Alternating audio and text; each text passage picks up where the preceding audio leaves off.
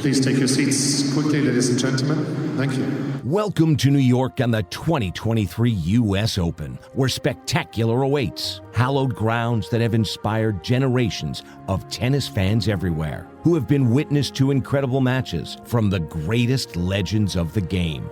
The home of the epic night matches, with that New York-infused energy from the crowd that is unrivaled by any other venue, where memories are waiting to be created in every corner. It's an electricity you don't just see or hear, it's one you feel. This is the U.S. Open, and this is Courtside, the official podcast for the U.S. Open.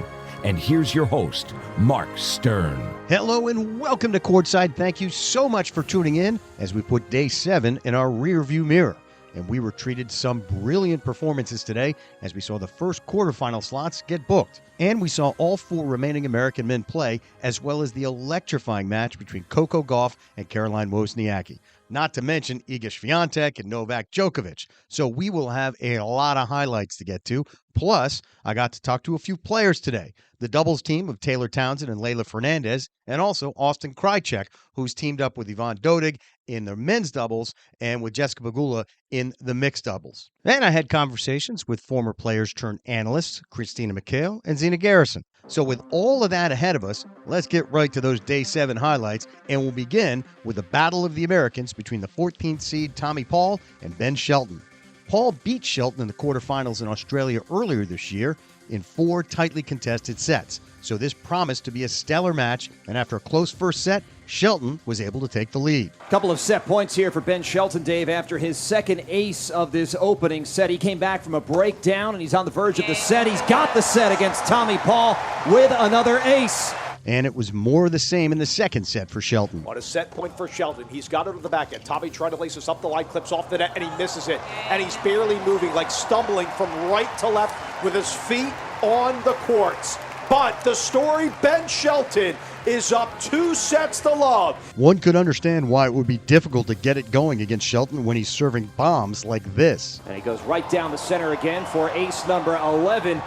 As Shelton begins to hit his stride, because that serve 149 miles an hour, and Tommy Paul joins the crowd in applauding that serve speed. 149 miles an hour. 149 miles an hour. That just doesn't seem possible.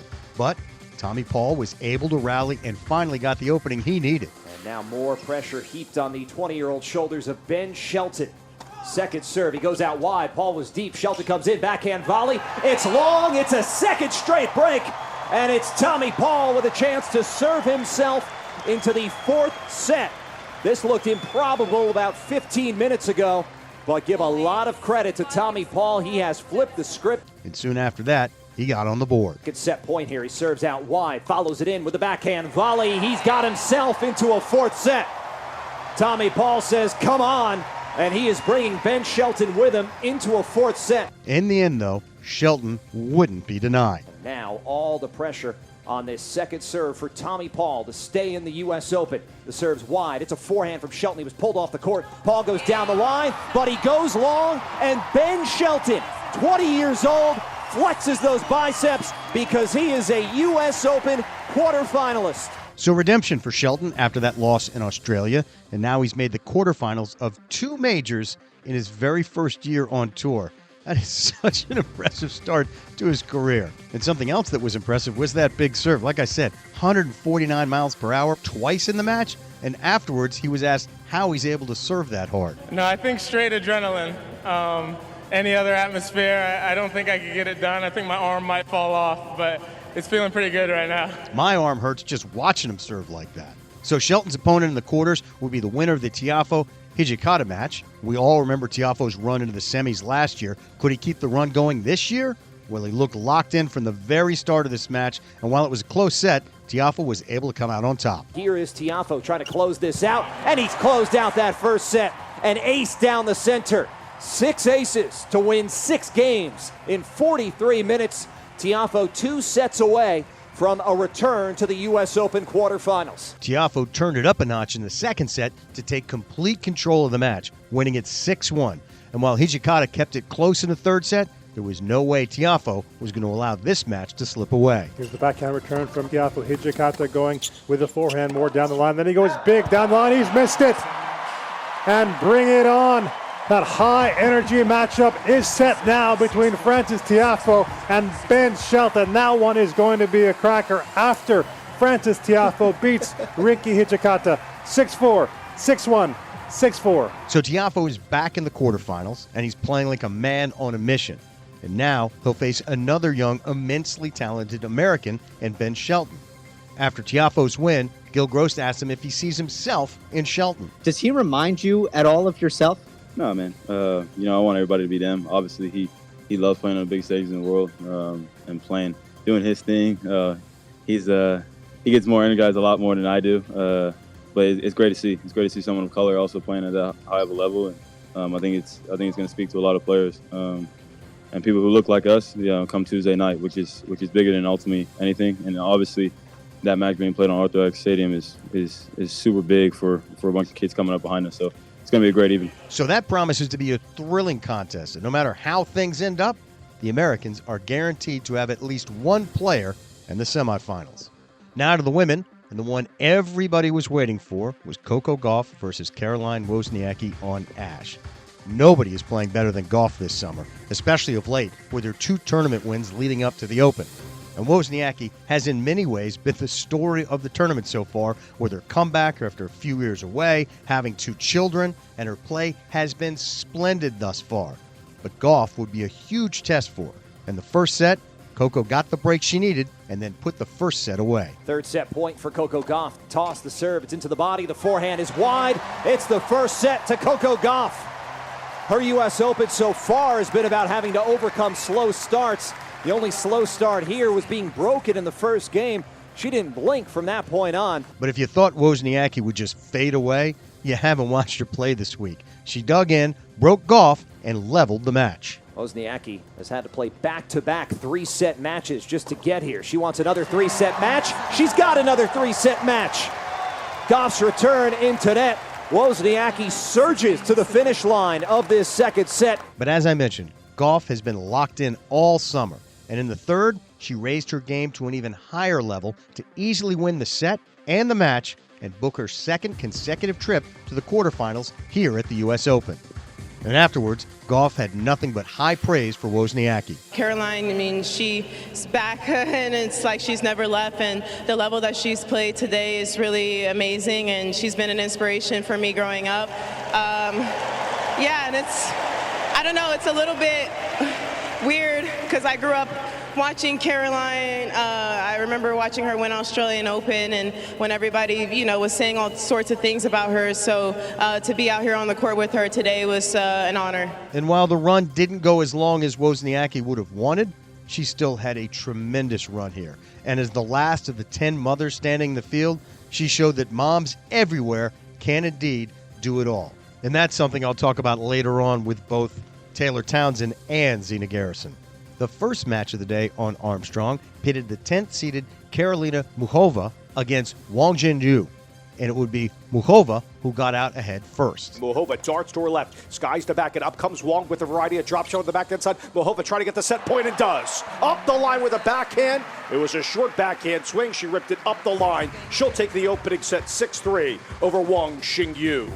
Wang Jinyu fought back in the second set, though, to even things up. Set point number 6 for Wang Jinyu to force a third. Kicks into the backhand. Muchova's all over it right down the middle. Forehand there by Wang Jinyu. Muchova with time. Options here. Opts to go for the safety ball. Low part of the net. Backhand miss by Muchova. Wang, a warrior-like performance at the tail end of the second. With her back against the wall, she prevails 7-5. But Muchova shrugged that off and proceeded to dominate in the third set. On match point for the 10-seed Muchova. Good toss, and she barrels it down the tee, and it goes off the frame of Wang Jinyu.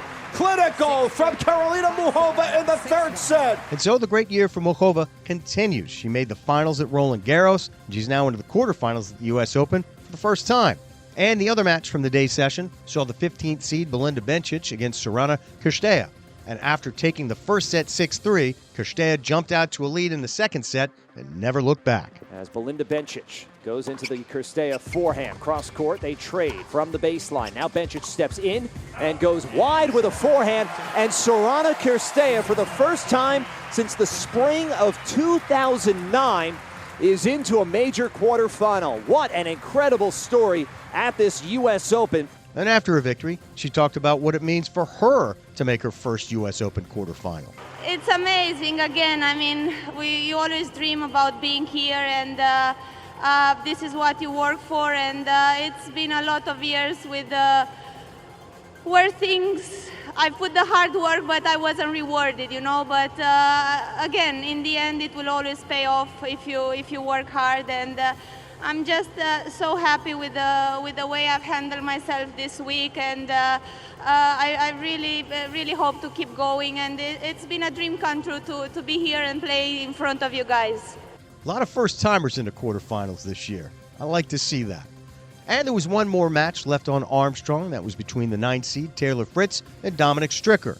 Fritz has been on fire so far in this tournament. Coming into this match, he hadn't lost more than 2 games in any set. Well, that changed in the first set as Stricker battled him to a tiebreaker, but Fritz took the breaker 7-2, then added the second set 6-4 to take a commanding lead in the match.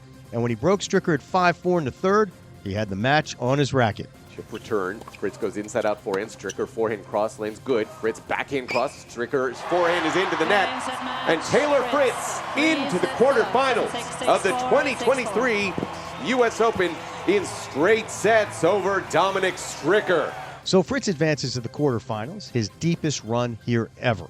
And the 3 Americans in the quarters is the most since 2005. And his opponent in the next round would be the winner of the Novak Djokovic-Borna match. Djokovic was back on Ash after surviving a huge scare from his countryman Laszlo Djere the other night, rallying back from 2 sets down for only the 8th time in his stellar career. And if anyone was expecting Djokovic to stumble out of the gate again, they were sadly mistaken. Second serve here for Novak on this set point. Toss, serve, good.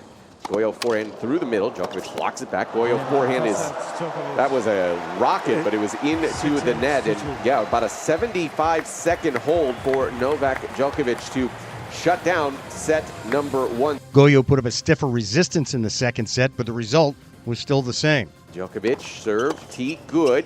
Goyo's return is not missed as long. Good service game again by Novak. Despite that early break, Novak Djokovic, unbothered, takes the second set 7-5. And once again, a little bit of a tight set in the third, but Djokovic still managed to close things out.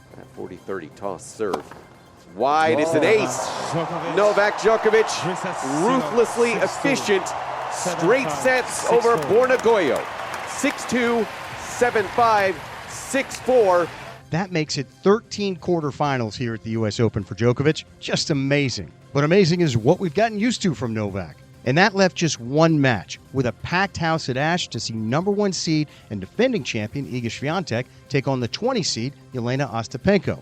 And while Swiatek would be the heavy favorite, she was winless in 3 career meetings with Ostapenko. Things started off slowly with the 2 trading breaks to open the match, but then Swiatek started to assert herself. Wide serve from Ostapenko, moves in off of backhand into net, but it's the forehand pass. Swiatek, she's put a little breathing room now between she and Ostapenko, and she's got a little hop in her step after hitting that forehand passing winner. And after each player then held, Swiatek had the first set in her sights. First serve, set point Swiatek, 39 minutes on the clock.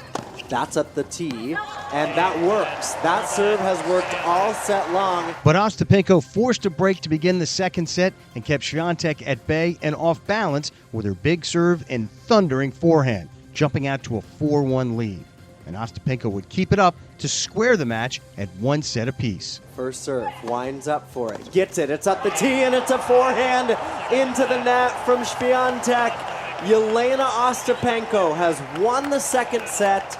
We're going to play 3 for a spot in the U.S. Open quarterfinals. And Ostapenko kept it up in the third set, breaking Swiatek 3 times to build a formidable 5-love lead. And suddenly, Swiatek, who had looked unbeatable for each of her previous matches, now was having trouble even winning a point. And with the defending champ on the ropes, Ostapenko finished her off to complete the biggest upset of the tournament so far. For a spot in the quarterfinals. First serve is in. Forehand response from Ostapenko. It's big. She fouls it in, and it's a forehand winner. Yelena Ostapenko has taken out the world number one. The defending champ, Iga Swiatek, had no answer for Ostapenko in the third set, and she's the first player to ever beat Swiatek 4 out of 4 outings, and she's into the final 8 at the U.S. Open for the first time in her career. So a wild and unexpected end to day 7, and now Ostapenko, not Swiatek, will face Coco Gauff in the quarters, and the race for the title is wide open.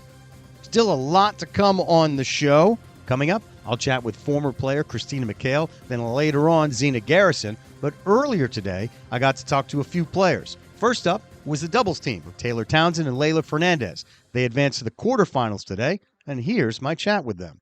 Well, you guys are a fan favorite, and I don't. This is gonna feel weird to say this, so if you want to throw water on me, I get it. But I don't know. I don't know how much you've been getting this, but you were one of 10 mothers in the open draw. We only have one left, Caroline Wozniacki. But it felt amazing as a man. I was like, this is so great. Yeah. Were you tired of hearing about that, or is this something pretty cool for you? No, I think it's amazing. I'm really honored to be a part of this group of women. I think that it's super transformative in the sport and in sports in general, because I think that we're changing the narrative to show that it doesn't matter. One kid, Caroline has 2 kids, she looks freaking amazing. Yeah. That it doesn't stop you. And if it's all in between the ears. So if you're dedicated, and that's what we do, all of the years that we've been on tour, pre-baby has been working hard and putting your head down, having a goal, and so coming back from that isn't any different. I think it actually gives you a lot more perspective, and it gives you a lot more freedom mentally, because you have something that outside of the sport, something that's really truly more important than the sport. Absolutely. So it puts things in perspective, and you're able to kind of categorize and put things in a box. So for me, I'm incredibly thankful to be a part of this group, because I think that it's just, I think that it's the start of something really amazing, and the start of kind of transforming motherhood and what the stigma around it, to know that it's not stifling. It doesn't have to stop your career. It doesn't have to, you don't have to change what you're doing or what you want to do just because you've had a kid.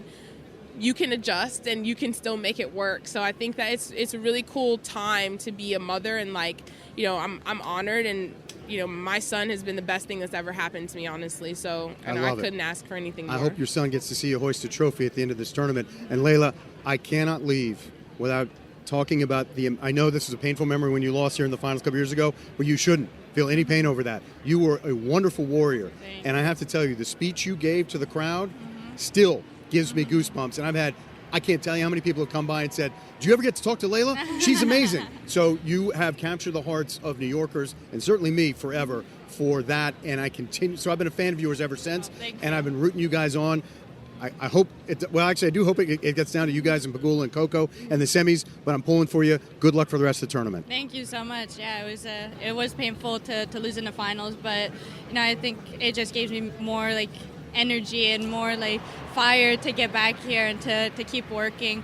And after the finals, I did give that speech, because the final was great, but there's that day was something bigger that was going on, and I just wanted to thank the New York crowd for coming to support me, support us in such a difficult day. And then afterwards, I think being back in New York just gives me more memories, and I get to enjoy the court with Taylor, so that's a lot of fun. It's a lot of fun. Well, good luck to you guys the rest of the tournament. Thank you so much. Thank you. It's not hard to root for those two at all. Just very cool, very fun to talk to. And how great would that be if Taylor's kid got to see her raise the trophy this year? That'd be fun. After that, I got to talk with Austin Krajicek, the former #1 doubles player. When I say former, I mean earlier this year. And he's in the 3rd round of the men's doubles with his partner Ivan Dodig. They won the French Open together this year. And he's in the quarters in the mixed doubles with partner Jessica Pegula. And here's how our chat went. You're a supremely talented player. I'll say you're a singles player as well, but doubles, you are a dominant. I don't know if you're ranking right now if you're #1, but I know you've been #1, and you're the guy on the list. When you're up there, people don't want to face you. Yeah, I mean, you try to do that. I mean, obviously, like Federer says and Sampras, all the guys, they say that there's always 100 things they can do better, and I feel that way. We've got so many things we can improve on as a team and myself personally. So that's encouraging. You always, another thing you said, tennis, for good and for bad, if you win a tournament, next Monday you're starting another one, so it starts to scratch. So it's bad in that sense, but, when you have a bad week or a disappointing final at the same you side flip it around, right? Hey, Monday we're a new tournament and nobody cares what you did last week, and you're playing a new event. So it's kind of a weird sport in that regard. But when you win, Austin, and this is just me saying from my cheap seats, people should be a little bit more than Monday. What have you done for me lately? Come on. That was 2 days ago. I know. There should be a little bit of a ramp out where you're like, let me enjoy this because this is a huge win. But to be honest, we didn't really. We finished in Paris, and unfortunately my family wasn't there with me at the end. So we finished up a night match, and then I had a flight the next morning early back home to Texas. So it was kind of a whirlwind of, I was home for 3 days, and we flew back for Queens right away, and we're playing another event on a different surface with, new conditions, everything changed. Never stops. Yeah, so it just never stops. Yeah, and then we play that, Wimbledon, it's nonstop into the summer, and now we're here, and we're going to Davis Cup next week, and it's really a never-ending thing, which we get used to dealing with. We've been doing it since we were 13, so. Right, but it's still like people, and I've talked about this a lot on the show, people think, oh, the glamorous life, because you just play tennis and you're not, it's like, no, what hotel am I at? What country, what continent am I at? Yeah, it's maybe sounds a little better than it is at times, but of course, we get to play a sport for a living, which is fantastic, and we're super grateful for that, but at the same time, it's a lot of living out of a suitcase and hotel room to hotel room and practice courts, and we don't really get, a lot of time to explore the city or do anything one would consider fun, maybe, but... You're from Texas, right? I actually grew up in Florida, but I live in Dallas now. Live in Dallas now, okay. And this is going to be an unfair question, and I'll let you go after this, Austin. By the way, thank you for the time. Sure. Is there a city or a place where you've been able to travel and play in where you're like, oh my gosh, this is my favorite place? And by the way, you can say New York, you can say the U.S. Open, but is there somewhere that's really stood out to you? At tournaments, we're so, kind of dialed in and focused on our preparation and playing the best match next. It's tough to say. Sometimes I feel like as tennis players, we get a little bit attached to where we play well. Right. Oh, sure. I get that. Yeah. Yeah. So, to be honest, I love New York. I love the energy here. It's really special for us to play in the U.S. because we don't get to play that much. A lot of the tour is centered in Europe, and so it's very nice to be in the U.S. and kind of be at our home event. But I love playing in Paris as well, and to be honest, anytime we get home, it's special for us to be home for a little bit here and there, and I love Texas. I'm definitely an adopted Texan since I went to school at A&M. So. Oh, that's right. You were an A&M guy, That's right. And you can't see him because I'm wearing shorts, so I'm not going to wear my cowboy boots. But as a guy born and raised in Boston, all I wear is cowboy boots. I'm a big fan of the great state of Texas. Awesome. And you're a fan favorite. I know the crowd loves watching you play, so I can't wait to hear them scream and shout for you through the rest of this way. And best of luck, my friend. Appreciate that. Thanks so much. And it's possible that he and Pegula could face Townsend and Ben Shelton in the semifinals. Wouldn't that be fun to see? All right, moving on. Christina McHale was a terrific pro player. Now she's moved to the broadcast booth, doing great at that as well. And she is next on Courtside. Since 2005, Polo Ralph Lauren has been the official outfitter of the U.S. Open. We are endlessly proud to be part of this special history, dressing fans, on-court ball crew, and officials of the U.S. Open, Wimbledon, and Australian Open. To check out this year's U.S. Open collection, visit the shop located beneath Louis Armstrong Stadium, on club level of Arthur Ashe, or on ralphlauren.com/US Open. Chase has been a proud sponsor of the U.S. Open for 42 years and is committed to enhancing the experience for customers and fans. Chase customers get access to the Chase Lounge, Chase Terrace, and more with Chase Pass. Visit chase.com/US Open to learn more. Capacity is limited. There's more to gaining advantage in tennis than a blistering serve. That's why the USTA works with Deloitte. See how we help it elevate fan experiences, advance business strategy, and more at Deloitte.com/USTA. You're listening to Courtside, the U.S. Open podcast. I am so delighted right now to be joined by Christina McHale here on the show. Christina is a former player, a current broadcaster, and a great player and a great broadcaster. You probably have my job within about a couple of weeks, Christina. But thank you for taking time to join us here. Thank you for having me. I'm excited. Yeah, I always have fun catching up with somebody before we start taping, and you're up to a lot of interesting things, and we may get to some of that, we may not. But I want to dive in. I know you've been covering a bunch of the matches. I don't think you got to call the Ons Buskova match last night, but I know you know Ons, and you know what's going on with her. She's been afflicted with some kind of illness, maybe a respiratory thing, and she has not looked 100% out there. And she's still gutting her way. I mean, that was such a gutsy effort. Her and Buskova, who couldn't even walk for the last set and a half.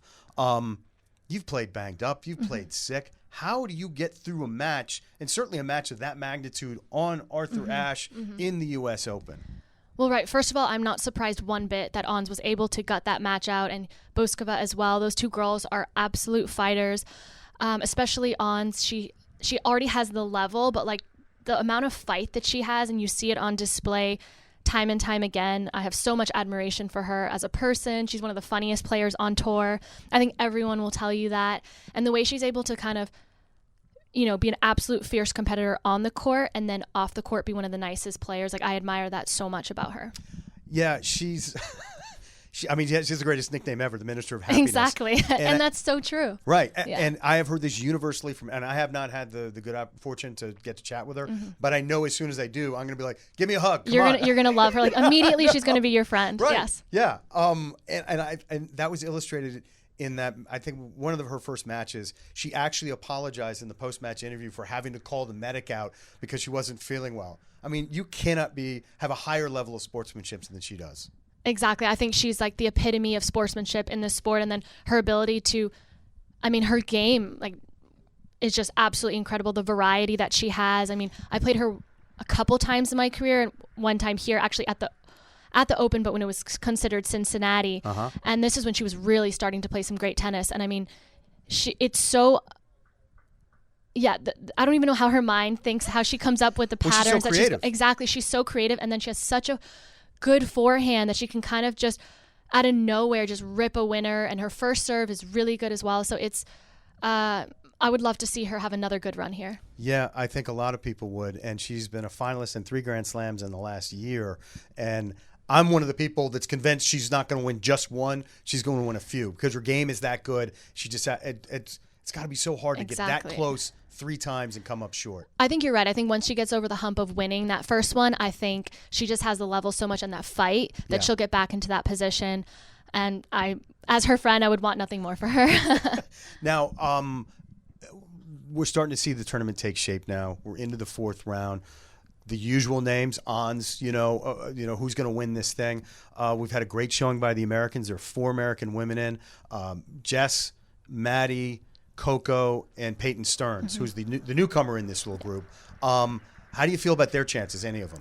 I think the Americans are playing such a high level right now on the men's and women's side. I think everyone's kind of pushing each other, and there's like a healthy rivalry, and some of the girls are practicing together, playing doubles together. You see with Jess and Coco, and I think honestly they're producing such a high level that at this stage of the tournament it's so exciting to see. And now that I'm on the broadcast side of things, I'm just kind of taking it in as a fan. I'm like, how lucky am I that I get to be here at this tournament, and my job for this week was to commentate on some of these incredible matches. Yeah, we were talking just before we started. You're like, this is your office? This is what you do?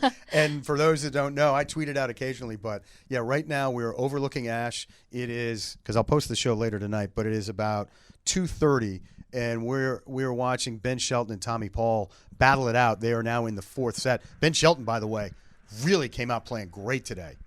Yeah, no, it's been super impressive. I'm excited because I'm actually going to do his mixed doubles match later today. He's playing with Taylor Townsend. I just talked to Taylor Townsend. Yes, I think that's going to be such an electric match. And so it's on grandstand, obviously, after he plays and has enough rest. But, the fact that you have 2 Americans battling it out in the round of 16 right now, one of them is going to move on to the quarters is really incredible. And we still have Taylor and we have Francis, and they're such electric players. I want to get back to the women for a second, though. You actually played Iga. I looked at your head-to-head record. Yes. You played her once, and you beat her. So you could dismiss that, but it was before she really took off. That's basically why I retired, because I wanted to end with a winning record against Iga.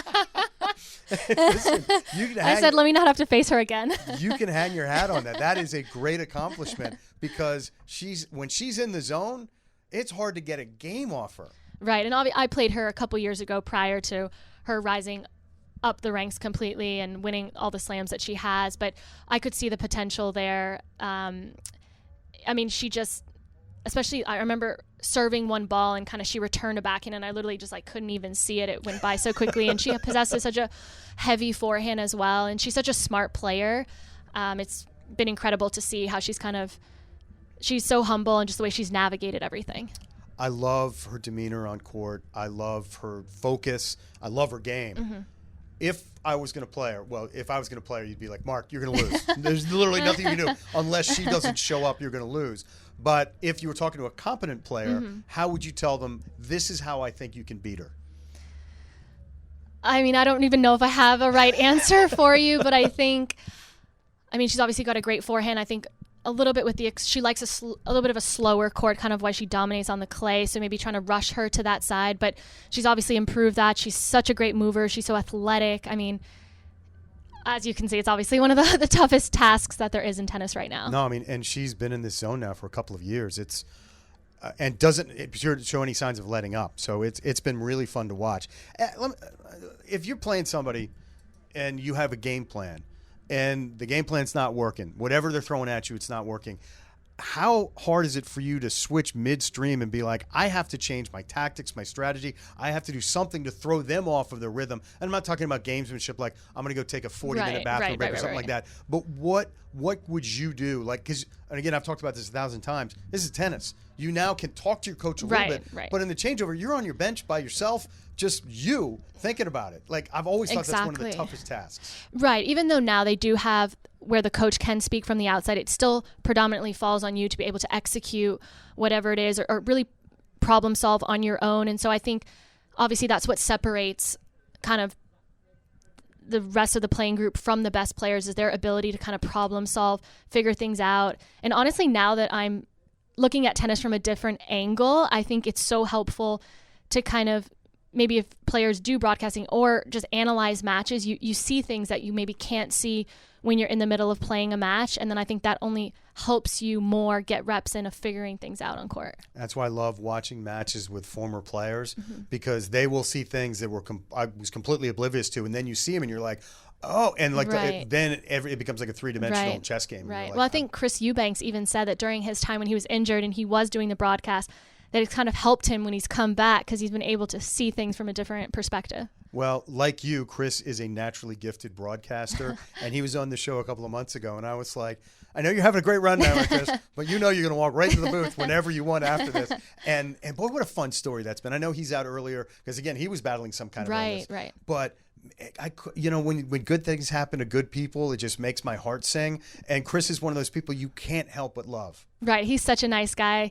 I think it's so cool in tennis right now that you have so many good storylines going on, so many nice people doing well, especially Wozniacki now into the fourth round. It's another amazing story when she was playing Jenny last round. I was like, no matter who wins this, it's such a great story for both of their comebacks. So there's just a really exciting time in tennis right now. Yeah, it is. And I talked about this with Taylor along with Leylah Fernandez, but Taylor was one of 10 mothers playing in the tournament.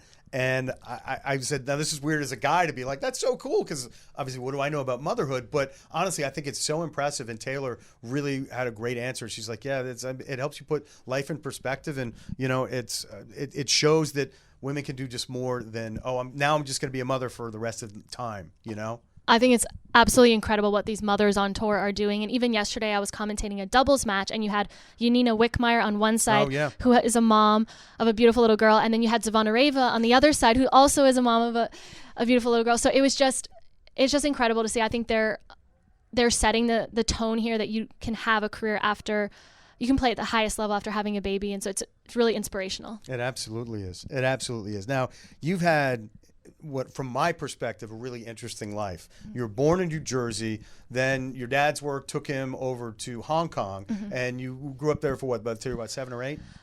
So we moved to Hong Kong from New Jersey when I was 3 years old, and then we left when I was 8 years old. And then you guys came back to New Jersey. So I actually first started playing tennis in Hong Kong. And so it was How'd that start? Sorry to interrupt, but how'd that start? So my mom, after she had my sister and I, she started playing a little bit of doubles just for fun, and then she grew to love the sport. And so then she really wanted to put my sister and I into tennis just to learn. And there was a program at where we lived, like at the courts, at our apartment complex. And so she just put us in to start, but like never imagining that I would go on to be a pro or that my sister would go on to play in college tennis. So it was just kind of organically started. And we played a bunch of other sports. And then kind of we both just honed in. When we got back here to New Jersey after a couple of years, we honed in on tennis. When did you know that you had the ability to and the talent to go pro? Like, was it with 8, 12? I don't know. No. I mean, the first time I came to the U.S. Open to watch, I was 10 years old, and I came with my sister and my mom. We were able to get tickets from the coach that I had at the time, and I just remember being in awe and just like dreaming one day that I could come back here. But I don't know if I actually believed it. I don't think I believed it at that time that I could do it, but I just I was such a hard worker, so I kind of think that's what got me to this level. Yep, your rep on tour for me was always a grinder. Somebody's going to go out and do the work. Yes, exactly. So you're a Jersey girl, and I say that with all love. I say that with all love from my heart. Hey, I love Jersey. No, what's not when to love about when we Jersey get tomatoes, a bad Jersey rep, corn. I don't get it. Jersey is beautiful. Jersey is beautiful. Yes. The Jersey corn and the Jersey tomatoes. Who's that? Aaron Rodgers is Aaron at Rodgers, the tennis. the newest Jet. Yeah. Are you a Jets fan? I'm a Giants and big Yankees fan. Really? Yes. And I'm a Red Sox fan, and we were getting along oh so well. my gosh, we have to end this interview now. No, you know what? I ran into some security workers wearing a Yankees hat, and I said, "How are your Yankees doing?" He's like, "Oh, not that good." I said, "You know what? My Red Sox are terrible." And he started to be like, "You're a Red Sox fan." I said, "Listen, we're at the bottom of the heap right now. It's like we'll be back, and then we'll get to battle out for it." Well, there's a million Jersey questions I could ask you. I could talk to you about Bruce Springsteen, a million different things. But being I'm going to glom you into New York as a quasi-local. You got to come to this tournament at 10 years old. Did it have that extra meaning for you? You're an American. You're local. You play at this tournament. What did that feel for you when you walked out in these courts? Oh, absolutely. This was my home tournament. I actually trained here for several years, from 18 to when I first started on tour. So this was literally my home base. And then every year just knowing that I was going to have so much support from my family and all my friends that were in town. So this was the tournament that I looked forward to the most every single year. So great. Did you feel extra pressure because you're like, it's kind of my hometown crowd. This is America. I've always worried about the Americans, particularly here, and I'm guilty of it because I'm like, we need you guys to do well. Come on, let's go. But did that pressure ever kind of get to you guys? It was a pressure that I loved, though, because I loved playing in front of knowing that I would have the crowd support and having just friends and family there. It was just kind of really exciting, but obviously you'd have nerves going out onto the court and that was where I wanted to perform the best. But I think just knowing that I was going to have kind of most of the time the crowd on my side, that helped a lot. Yeah, the crowd is always there for you. And even as a Boston guy, I have admitted several times there is nothing like the New York crowd and nothing like the New York crowd here at the U.S. Open. Well, Christina, I've loved chatting with you. I hope you come back on the show sometime. But before I let you go, this is a tough question because I'm a tough broadcaster, which is a joke because everybody knows I'm not. But I'm going to ask you to make a pick for winner on the men and the women because now that we're just about to start the fourth round, who do you got? It's okay. You can pick chalk. You can go easy because there's a really good argument to make for the number one seeds on both sides. Okay. For the women, I'll go with Coco Gauff just because of the recent form that she's been in, winning DC and also winning Cincy. So I'll go with her on the women's side. On the men's side, I guess I'll go with Novak. Really? I'm going to play it safe. Okay. I'm sorry, I'm going to keep you for one more thing because I forget who I was talking to. Oh, it was Sam Stosur about watching Carlos play. Have you ever seen, this is taking nothing away from Novak, the GOAT, or Roger, or Rafa, or Andy, or Stan, so many great players, but what he's doing, Alcaraz, at this young age, the shot selection he has, the creativity, the ability to problem solve within points, it's astonishing. And I say this from my cheap seats, but you've been a player and you know better than I do.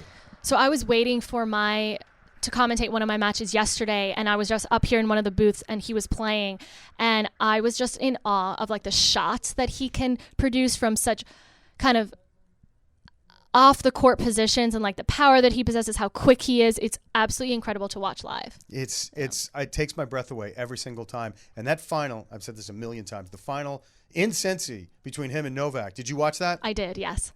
I couldn't believe that. I know. Because I'm the Wimbledon thing, they'll never top that. Right. Oh, wait a minute, they just did. Exactly. A couple weeks later. Yeah. There you so go. I don't know. I honestly don't know who's going to win this thing because it's that close between them. And this is no offense because I'm rooting for all the Americans, but man, if we get Novak and Carlos in the finals, that's going to be great. everyone wins. Yeah. Well, I'm a big winner for you coming on the show right now, Christina. Thank you so much. Best of luck with her. I know you're going back to school. You're doing so many great things. You're already a better broadcaster than I am. So thank you for this. Enjoy the rest of the tournament, and thanks. Thank you so much for having me. You know, she really does have a bright future in the booth or whatever she wants to do. And we'll try to get her back on the show later on in the year. Coming up next is someone who makes me smile just at the mention of her name, Zina Garrison. See, here I am smiling again right now. She and I got together to talk about Coco, Ben Shelton, Billie Jean King, and a whole lot more. And that's next as Courtside continues. Spin is in. The new Wilson Shift racket is made to create mind-bending spin for more shots in, more forehands in, more backhands in, more everything in. So if you want more spin, check out the new Shift racket at the Wilson store, located outside of Louis Armstrong Stadium, or at wilson.com. As the official fan ticket marketplace of the U.S. Open, Ticketmaster has the widest selection of tickets available, so you can be there live for every match. When you buy on Ticketmaster, you can pick the seat you want, so you can make sure you have the best view of every pivotal moment of the match. Plus, all U.S. Open tickets from Ticketmaster are mobile, which makes getting in on match day a breeze. And if your plans change, Ticketmaster gives you a safe and easy way to sell your tickets. Whether you're buying or selling tickets on Ticketmaster, all tickets are verified, so you never have to worry. Head to Ticketmaster.com or download the Ticketmaster app to find your seat today. Experience iconic Dubai with Emirates, home to soaring skyscrapers, adrenaline-fueled entertainment, and world-class shopping. Fly Emirates to Dubai and discover the unexpected. Fly Emirates. Fly better. This is Courtside, the U.S. Open podcast. All right, if you can hear me laughing a little bit right now, I was just joking around with the legendary Zina Garrison because I'm a silly idiot. That's what I do. I tell stupid jokes. That's what we love about you, though.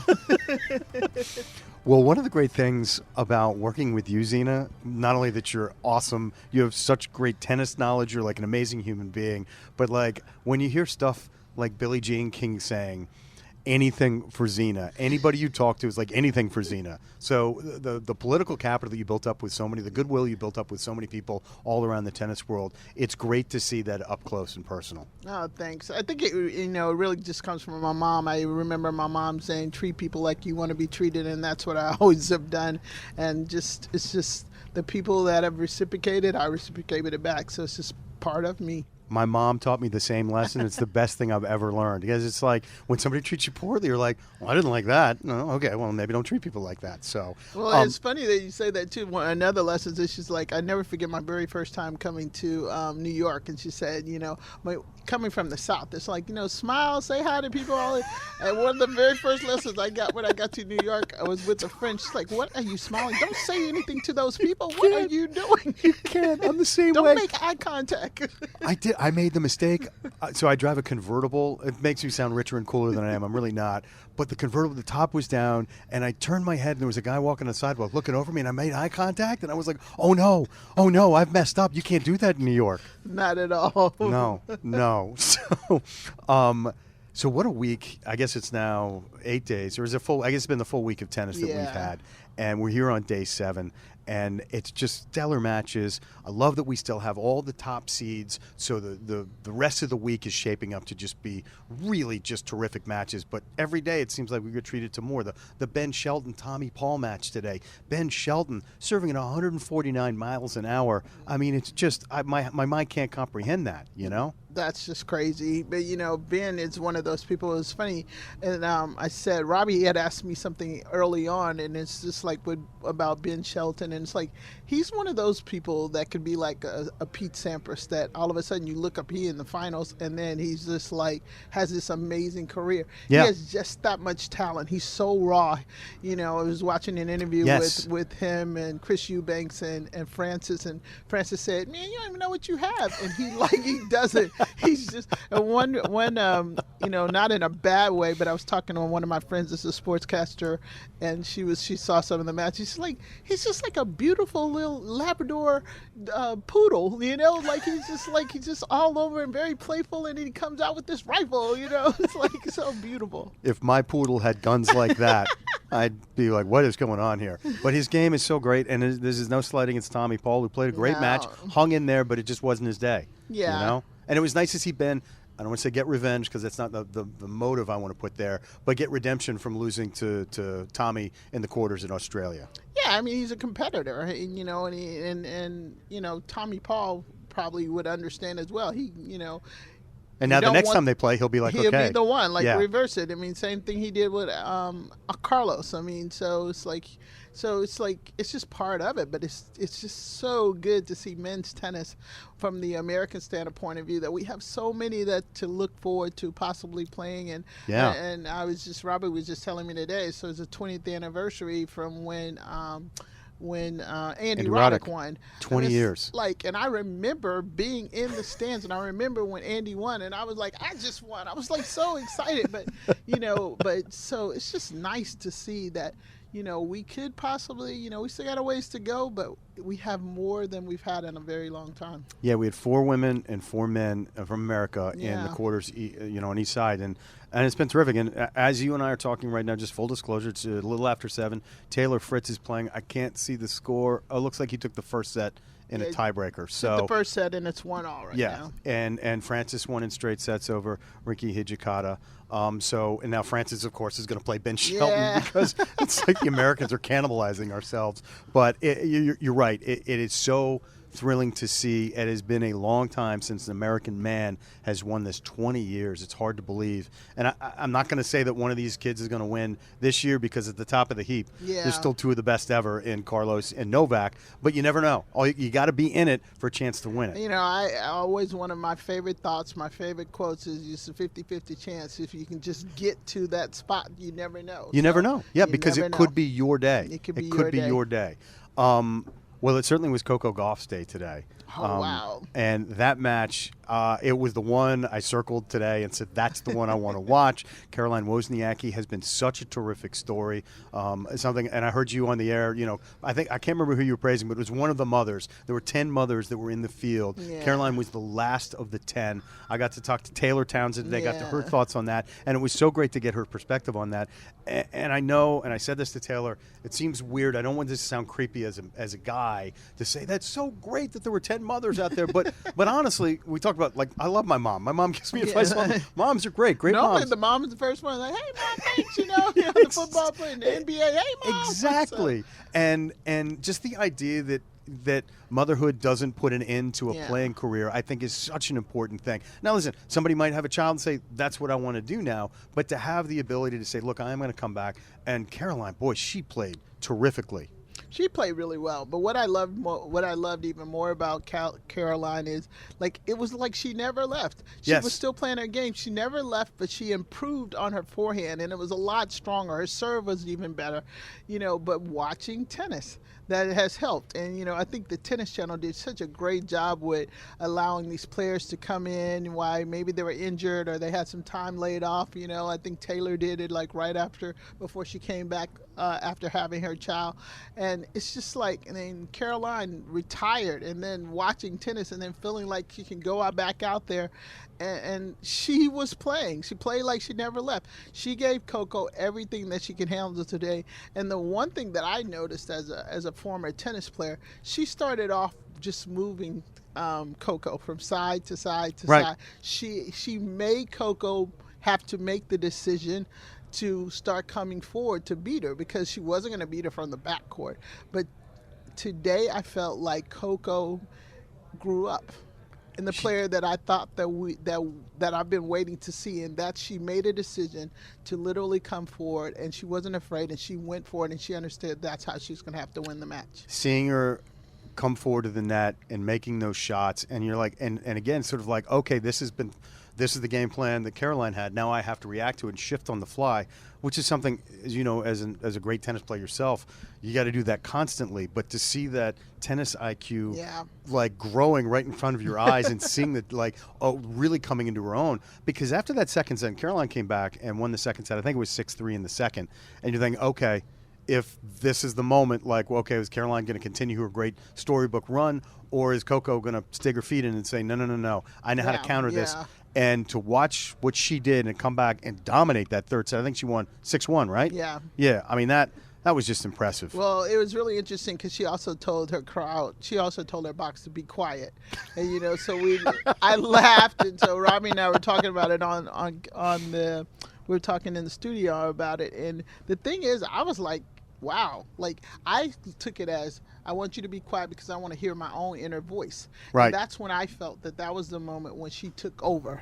It might seem like to people that don't understand, tennis is she's telling her crowd to be quiet, she's upset or whatever, but I think she just literally wanted to hear her voice, and her inner peace with herself and knowing what she needed to do, then she rose to the top on it. That is such a great point. And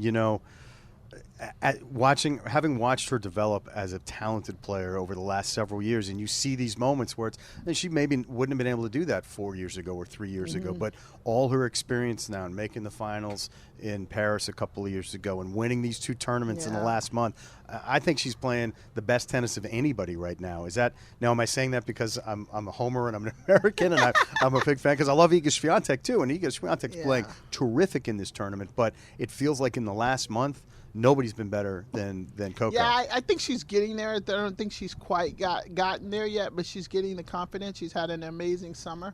But I did an article, I think it was last year, Peter Bodo did an article about, where she was. And I remember saying to him, it's very interesting being not just a woman athlete, but being a black woman athlete. And a lot of people don't understand, it's so much that is not just put on you as an athlete, but as a black woman athlete, and she has to learn how to be in her skin. And you're asking basically at that time a 18, 17-year-old to kind of be somewhere that she wasn't quite ready to be yet. It's a lot. And I actually felt like 21 was probably going to be the time when she started making some of her own moves besides her mom, her dad, or whatever, just growing up but tonight I really took notice. I think she did it tonight. Yeah. I think she literally started taking control of herself and her game and where she wants to go. When she says, I got this. I got this. I know what to do. Not be quiet. Not be quiet. Be like, no, I got this. You guys order another honeydews. Enjoy this because I'm going to take it. I need to hear myself. Exactly. And I know this is going to sound like a stupid thing, but as I said before, I'm an idiot. So these are the things I notice. So she's wearing red today, right? Mm-hmm. The dark red. And it's Sunday. And I thought of I thought a tiger. And all I wanted to do was, not that I have Coco's phone number, but I want to text her and be like, you need to wear this on championship day. This is your color. I think Coco is one of those. She's going to make her own statements, So. Yes, she will. But were you superstitious like that as a player? God, yes. Would you be like, this wristband, I won with this, or like whatever, this color, like I did well in it? My towels had to be folded the same way. I wasn't bad as Mary Jo. Mary Jo and I played doubles, and she would not step on the line. I'm like, what are you doing? Step on the line. And she used to have me rolling so much. She's like, Zina, don't stop. Like, no, you worry about the lines. But we used to have the best time out there. But, every player has something, and I like to think so.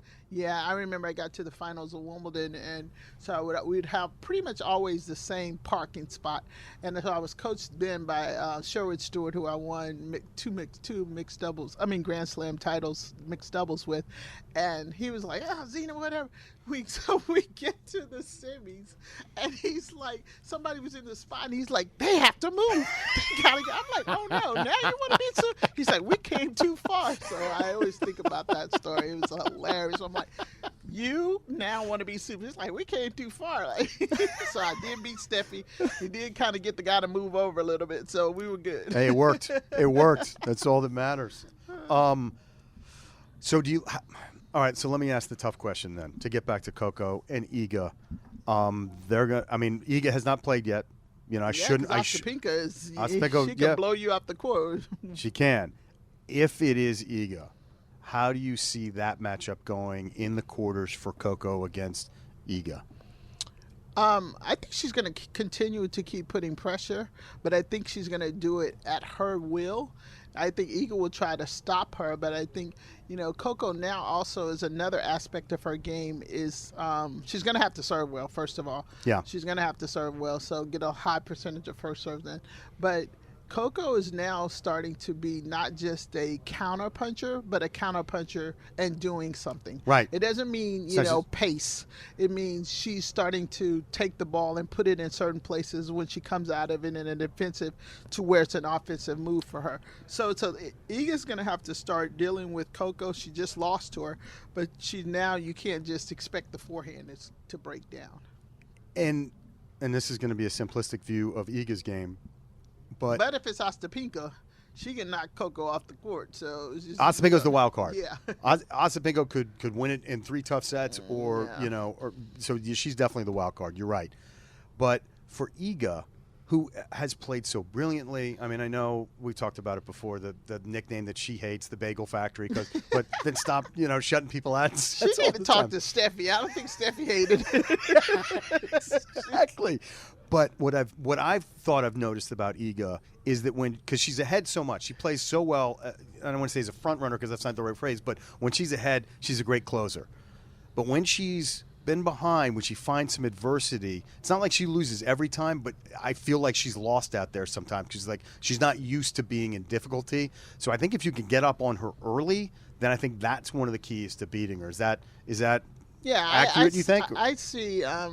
What I see with Iga is definitely if you can rattle her. Yeah. When you start getting her to stare at the box, not just look over there, but to stare at the box, she's a little bit, she's confused. Yeah. And if you can keep the pressure on her enough to get her to really stare at the box, to start talking to her box, then that's when you have to have the X factor. And what I mean by the X factor is, keeping her off balance. Yeah. Because that's what she does to you. When she's keeping you off balance, she's at her best. Moving that ball. She's extremely fast.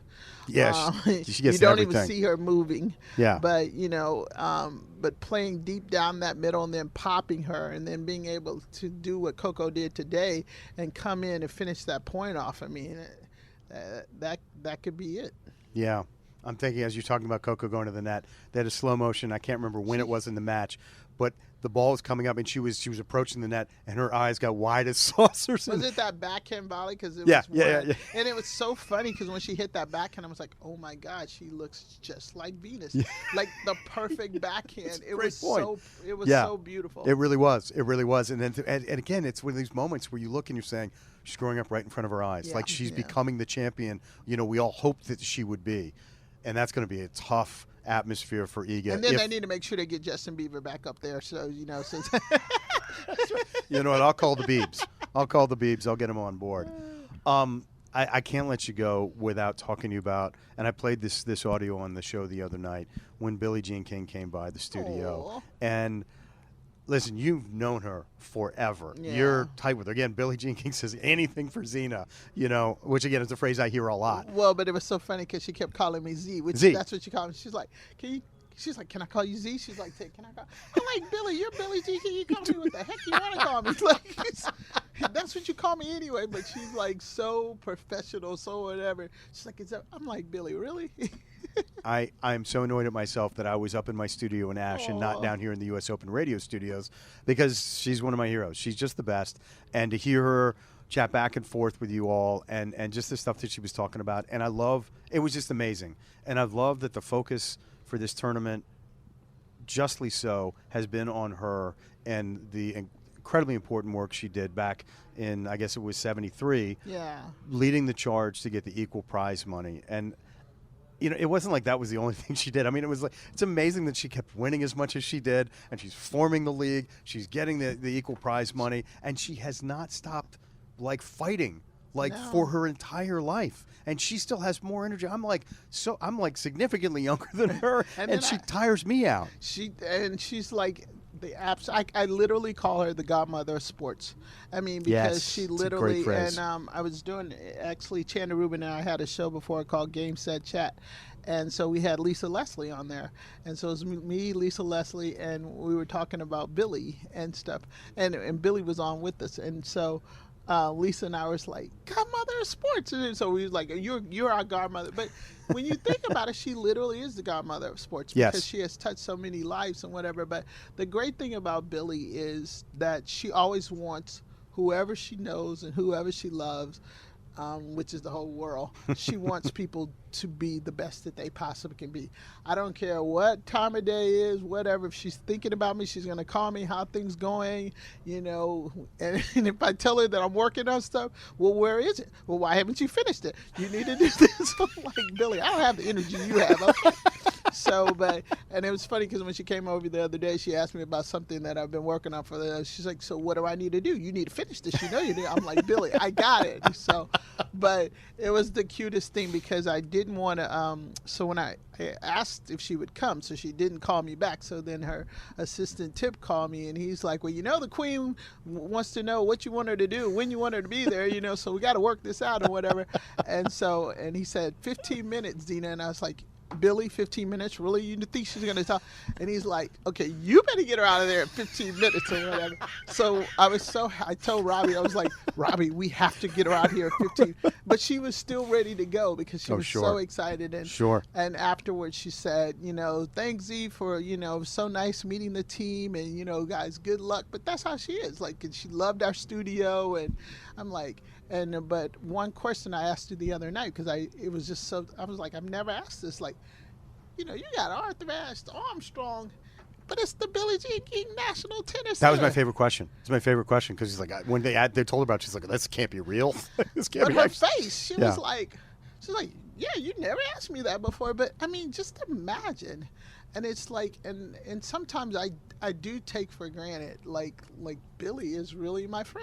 Yeah. You know, but I said the other day, I was thinking that this is like how fortunate my life has been. Like Arthur Ashe and Billie Jean King, two people have totally changed the world in so many ways. Yeah. And they came out of tennis, and I had the opportunity to literally listen to them, know them, and be a part of my life. I mean, I'm just very blessed. Two of not just the greatest tennis players ever, two of the greatest people ever. Yeah. And I'm so proud that I'm even associated with the sport of tennis, even loosely associated with them, but like to be part of that universe and say the greatest athletes of this sport, like they're great on the court and then off the court, they do even greater things.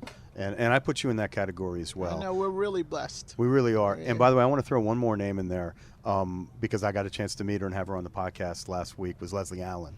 My goodness. You want to talk about somebody that was inspirational? I was like, I think I can fly to the moon right now. Well, like after talking to Leslie, she is awesome. Well, it's so funny because she's like, she knows the history of the sport is like absolutely unbelievable. Oh, yeah. It's funny, she came in here to say hi to me, and Jim immediately like, can you do our podcast? You need to talk to Marc. Like, can you do our podcast? You know, whatever. So that's Jim, it was always working for me. He has to get credit for that one because he does. immediately got on there. But I knew that you would love her because she's absolutely amazing. No, she's just the best. It was such a fun conversation. And while I have not met Billy, I hope to one day. But you talk to her all the time, so just say, look, there's this weird, funny little guy named Marc. He works in those, and just say, I revere her. Like I'm. And what I would say about the fact that it's the Billie Jean King National Tennis, and I've said this a million times, and the only reason I repeat it is because it's true. We often name things after people after they're gone. Yeah. And I'm so glad that they didn't wait because Billie deserves this honor while she's alive. She's getting her flowers. Yes. And you know what's funny, and I'll tell you two quick things because like you said, you hadn't had the chance to meet her or whatever. Robbie was like that, and I was like, don't anybody tell Robbie that I got Billy's gonna come in. Or so when I called her, I was like, he's like, what? But it was nice. And then she told Robbie, you know, we're friends too now. You're friends with Z. We're friends now. She really is the godmother. But she literally like that. I mean, just absolutely like amazing, like one of a kind people. And she is. just phenomenal. She is, but you know what? So are you. And thank you for every time that you come on the studio and just being a great person. As I'm like the new kid on the block when I came to the U.S. Open, and you were always very kind to me and one of my favorite people. Well, you've always been my biggest fan. Like, oh, Zina, come on, you can do this. Come on, let's talk. Well, I love watching you as a player, and I love getting to know you as a broadcaster. And love you and Ravi on the call. It's just great listen, and I love when we get a chance to catch up. Well, good. And I am going to tell Billy that. So. Thank you. All right, thank you. I've met a lot of wonderful people in my time in broadcasting, and Zina Garrison is right at the top of that list. And I could sit and talk tennis with her all day long. You know what? I could talk about life all day long with Zina. She's that great. Well, that's going to do it for us today. So let me thank our sponsors, the USTA, for making the show possible. Let me also thank our guests today, Christina, Zina, Taylor, Leylah, and Austin, for coming on. And of course, thanks to all of you for tuning in. We'll be back tomorrow for Day 8 when we'll know exactly what the quarterfinals will look like. So make your plans to join us. Until then, be well, and we'll see you tomorrow.